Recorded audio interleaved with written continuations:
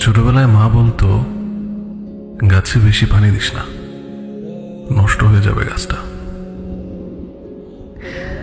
আমার ছেলে মানুষের মন ভাবতো বেশি যত্ন করলে কোনো কিছু আবার নষ্ট হয়ে যায় নাকি।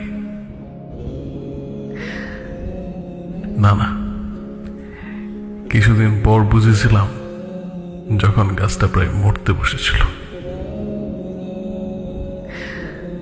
যত দিন গেছে সেটা বুঝেছি আরো নানান ভাবে, নানান দিক দিয়ে। বেশি যত্নে পছন্দ ধরবেই। সমস্যাটা কোথায় জানেন? গাছই হোক বা অন্য কিছু, যত্নের কদর না পেলে যে কোনো জিনিস বাঁচিয়ে রাখা কঠিন। চোখে হারায়